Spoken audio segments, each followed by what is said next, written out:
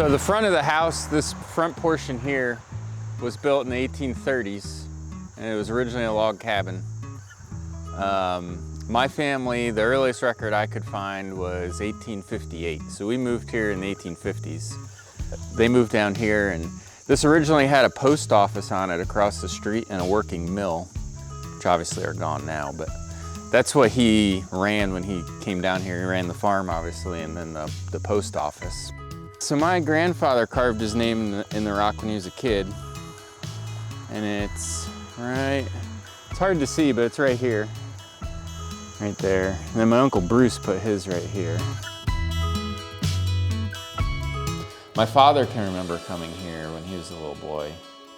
So he has a lot of great memories, and he would always kind of tell everybody about the farm and how it was back then. This house was actually sold in the 1960s.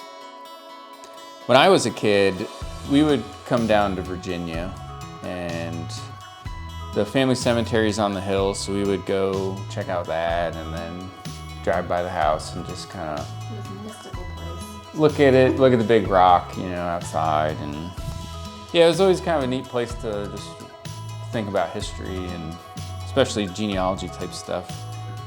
We've always loved Fredericksburg. We enjoyed living there.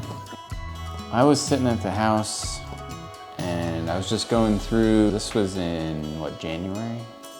So I was just scrolling around. I knew where the farm was, so and I noticed a house is for sale on the map. I'm like, it's kind of a weird location. Like, it looks like it's close to the farm. Like, I wonder what house it is. So I clicked on it, and sure enough, yeah, it's this house. You had an appointment that day. I had never been in the house. I had only been outside. So I was like, well, at least we can go look at it. Yeah, it was an opportunity to come see the house that he had heard about his whole life. We came out here that weekend, looked around. The house needed some work. You know, it was, when we actually looked at the house, bone like structure-wise, it was in great shape, and we were kind of surprised. We decided, well, let's just put in a bid, see what happens, you know?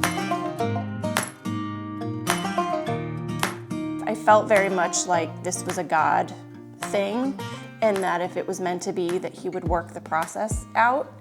And we had a number of milestones and a number of things that we had to get through to get to the end, including, you know, financing the renovation, making sure we had the right contractors. But I just felt in my heart that there were too many coincidences, you know, things that God had sprinkled throughout the years that pointed us to this direction. Matt's grandparents had since passed away. Grandpa didn't have the opportunity to know that we did this, but a number of aunts and uncles have moved to Virginia over the last number of years.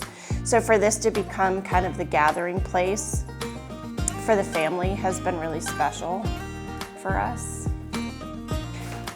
Redoing the bathrooms and the kitchen were our focus of effort. We used a contractor that we were familiar with from Fredericksburg, but we pretty much took it down to the studs. You know, I got to have the cabinets that I wanted. I got to have, you know, there were certain things, I don't have high-end everything, but I wanted, you know, a bar that all of the kids and family could sit at, or, you know, an island.